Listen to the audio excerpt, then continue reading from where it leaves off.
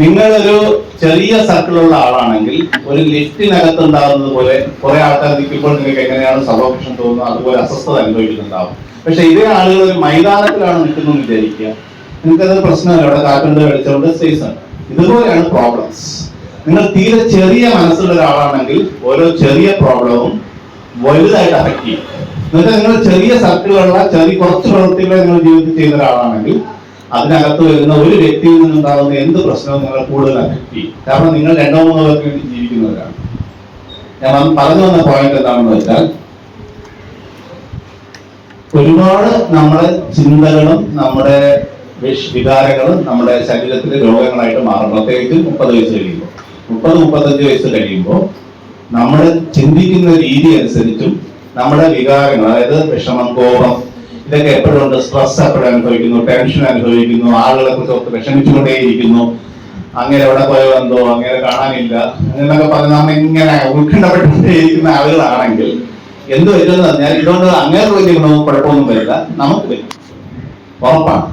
കാരണം ഇന്ന് ലോകത്ത് കണ്ടുപിടിച്ചു വെച്ചിരിക്കുന്ന മാരകമായ രോഗങ്ങളിൽ 90% നമ്മുടെ വികാരങ്ങളും ചിന്തകളുമായിട്ട് ബന്ധമുണ്ട്. അപ്പൊ നിങ്ങൾ ചിന്തിക്കുന്നത് പോസിറ്റീവായിട്ടാണോ നെഗറ്റീവായിട്ടാണോ? നിങ്ങൾ കൂടുതലുള്ളത് സന്തോഷമാണോ, ദുഃഖമാണോ, മുൻകോപമാണോ? ഇത് എപ്പോഴും ഒന്ന് സ്വയം പരീക്ഷിക്കുന്നത് നല്ലതാണ്. അത് എങ്ങനെയെന്ന് വെച്ചാൽ, എനിക്ക് ഏറ്റവും ഇഷ്ടം എന്താണ് എന്ന് സ്വയം ചോദിക്കണം. എനിക്ക് ഏറ്റവും ഇഷ്ടം എന്താണ്? ചിലപ്പോൾ നിങ്ങൾക്ക് ഫസ്റ്റ് വരുന്ന ആൻസർ നിങ്ങളുടെ പാർട്ട്ണറോടൊപ്പം ഒരു സിനിമയ്ക്ക് പോകുന്നതോ അല്ലെങ്കിൽ കൂടെ ഇരിക്കുന്നതോ ആയിരിക്കും. ചിലപ്പോൾ ഇപ്പൊ നിങ്ങൾ മനസ്സിൽ പറയുന്നത് ആകെ ഇഷ്ടമില്ലാത്തത് മാത്രമാണ്. അങ്ങനെയുള്ളവരുണ്ടാവും.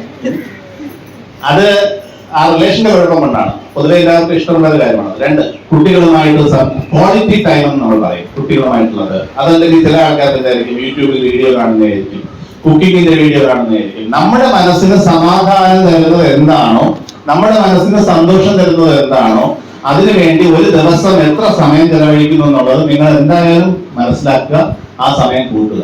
സിംപിളി പറയുക, ഏറ്റവും സിമ്പിളായിട്ട് പറയുകയാണ്, നമ്മളെ കൊണ്ട് നമ്മുടെ മനസ്സിന് സന്തോഷം കൊടുക്കുന്ന എന്തെങ്കിലും പ്രവൃത്തികളിൽ എല്ലാ ദിവസവും കുറെ സമയങ്ങളിൽ ഏർപ്പെടുവാനുള്ള അവകാശം നമുക്കുണ്ട്. എന്ന് മാത്രമല്ല, അങ്ങനെ ചെയ്തില്ല എന്നുണ്ടെങ്കിൽ അത് ശരീരത്തിനെ ഓപ്പോസിറ്റ് ആയിട്ട് ബാധിക്കും. അതായത് ഹാർട്ട് അറ്റാക്ക് മുതൽ ക്യാൻസർ വരെയുള്ള രോഗങ്ങൾക്ക് പിന്നിൽ ചിന്തകളും വികാരങ്ങളും ഒരു പ്രധാനപ്പെട്ട കാര്യമാണ്. നിങ്ങൾ പോസിറ്റീവായിട്ട് ചിന്തിക്കുമ്പോൾ 2 മണിക്കൂർ ഇവിടെ ഇരുന്ന് ചിരിച്ചു റിലാക്സ്ഡ് ആയിട്ട് കുറെ കാര്യങ്ങൾ മനസ്സിലാക്കിയെന്ന് കരുതുക. ഇത് നിങ്ങളുടെ DNA വരെ പോകും, നിങ്ങളുടെ ശരീരത്തിലെ പ്രോട്ടീൻ സ്ട്രക്ചർ വരെ പോകും, നിങ്ങളുടെ ഓർഗൻസിനകത്ത് വർക്ക് ചെയ്യുന്ന സ്ട്രെസ്സിനെ അത് മാറ്റും. ഇപ്പൊ നിങ്ങൾ കുറച്ച് ഇവിടെ ഇരുന്ന് പ്രാണായാമം ചെയ്യുന്നു കരുതുക, സെല്ലുകൾ അത്രത്തോളം ഓക്സിജനേറ്റഡ് ആവും, അത്രത്തോളം ഹാപ്പി ആവും. അപ്പോ അതുകൊണ്ട് എപ്പോഴും ആലോചിക്കുക, ഞാൻ ജീവിതം മുഴുവൻ കരഞ്ഞു തീർക്കുകയാണോ, കൂടുതൽ സമയവും ആവശ്യമില്ലാത്ത എന്തെങ്കിലും കാര്യം ആലോചിച്ച് വേവലാതിപ്പെടുകയാണോ? അങ്ങനെ ഒരാളെ കുറിച്ച് ചിന്തിച്ച് വേവലാതിപ്പെടുകയാണെങ്കിൽ എന്തിനാണ് ഞാൻ ഇങ്ങനെ ഇയാളെ ചുമന്നുകൊണ്ട് നടക്കുന്നത്?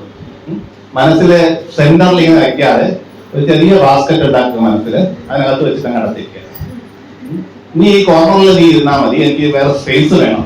ആ സ്പേസിലേക്കൊക്കെ പുതിയ പുതിയ കാര്യങ്ങൾ കൊണ്ടുവരിക. നിങ്ങൾക്ക് ഇഷ്ടമുള്ള പാഷനുള്ള കാര്യങ്ങൾ ചെയ്യുക. അത് ചിലപ്പോൾ ഒരു വീട്ടിൽ വളർത്തുന്ന ഒരു പൂച്ചയാവാം, അല്ലെങ്കിൽ ഒരു ഗാർഡൻ ആവാം, അല്ലെങ്കിൽ നിങ്ങളുടെ ഫ്രണ്ട്സുമായിട്ടുള്ള സൗഹൃദങ്ങളാവാം, ഒരു സിനിമയ്ക്ക് പോകാവാം, ഒന്ന് ബീച്ചിൽ പോകുന്നതാവാം, അല്ലെങ്കിൽ ഒരു കൂട്ടായ്മയാകാം, സിനിമ കാണുന്നതാവാം, എന്തും ആയിക്കോട്ടെ. എന്റെ മനസ്സിന് സന്തോഷം തരുന്ന എന്തൊക്കെ കാര്യങ്ങൾ ഞാൻ ദിവസവും ചെയ്യുന്നു, അത് നിങ്ങളുടെ ശരീരത്തിന്റെയും മനസ്സിന്റെയും ആരോഗ്യത്തിന് വളരെ പ്രധാനപ്പെട്ട കാര്യമാണ്. നിങ്ങൾ ഈശ്വര വിശ്വാസിയാണെങ്കിൽ തീർച്ചയായിട്ടും അത് റിലേറ്റ് ചെയ്ത് നിങ്ങൾക്ക് കുറെ സമാധാനം കിട്ടും. അതേസമയം നിങ്ങൾ ഈശ്വര വിശ്വാസി അല്ലാന്ന് വിചാരിക്കുക, നിങ്ങൾ ഇത് വിചാരിക്കുകയാണ് ഇന്ന് തൊട്ട് പോയി നാളെ ജീവിച്ച സമാധാനം, നിങ്ങൾക്ക് സമാധാനം കിട്ടില്ല, സംശയമൊന്നുമില്ല. നിങ്ങളുടെ വിശ്വാസം നിങ്ങൾ ചെയ്താൽ നിങ്ങൾക്ക് കൂടുതൽ ടെൻഷൻ വരും. ഞാൻ എന്താ കണ്ണോടത്തിൽ എന്താ ചെയ്തോണ്ടിരിക്കുന്നത് എന്ന് തോന്നും. മനസ്സിലായില്ല? അപ്പൊ ഓരോരുത്തർക്കും പറഞ്ഞിട്ടുള്ള ഒരു രീതികളുണ്ട്. അപ്പൊ നിങ്ങൾ നിങ്ങളുടെ മനസ്സിനോട് തന്നെ ചോദിക്കുക, എന്താണ് എനിക്ക് ഹാപ്പിനെസ് തരുന്നത്? അതിന് ചെയ്യാനായിട്ടുള്ള ഒരു അവകാശം. കുറെയൊക്കെ നമ്മൾ നമുക്ക് വേണ്ടി ജീവിക്കുക. സെൽഫ് റെസ്പെക്ട് ഇല്ലാത്ത ഒരാളെ ആരും റെസ്പെക്ട് ചെയ്യുക.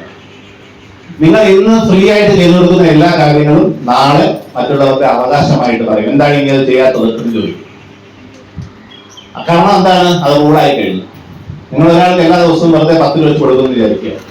30 ദിവസം കൊടുക്കും, 31 ദിവസം കൊടുക്കുന്നെങ്കിൽ അയാളും ചോദിക്കും, എന്താ 10 രൂപ തരാമെന്ന്? 10 രൂപ. അതായത് ഇന്നത്തെ സൗജന്യം ഇന്ന് അവകാശമായി മാറി. സോ ഇത് എപ്പോഴും മനസ്സിൽ വേണം. സ്വന്തമായിട്ട് സെൽഫായിട്ട് റെസ്പെക്ട് ഇല്ലാത്തവരെ മറ്റുള്ളവർ റെസ്പെക്ട് ചെയ്യില്ല. സെൽഫായിട്ട് ലവ് ഇല്ലാത്തവരെ, അതായത് സ്വയം സ്നേഹിക്കാൻ കഴിയാത്തവരെ മറ്റുള്ളവർ സ്നേഹിക്കുകയില്ല. അതുകൊണ്ട് അത്യാവശ്യം എനിക്ക് എന്റെ വ്യക്തിത്വത്തിനനുസരിച്ച് അത്യാവശ്യം സന്തോഷം അനുഭവിക്കുവാൻ ഒരു ഭൂമിയിൽ എനിക്ക് അവകാശമുണ്ട് എന്ന് തിരിച്ചറിയുക എല്ലാവർക്കും ഇമ്പോർട്ടന്റ് ആണ്, എല്ലാവർക്കും പ്രധാനമാണ്.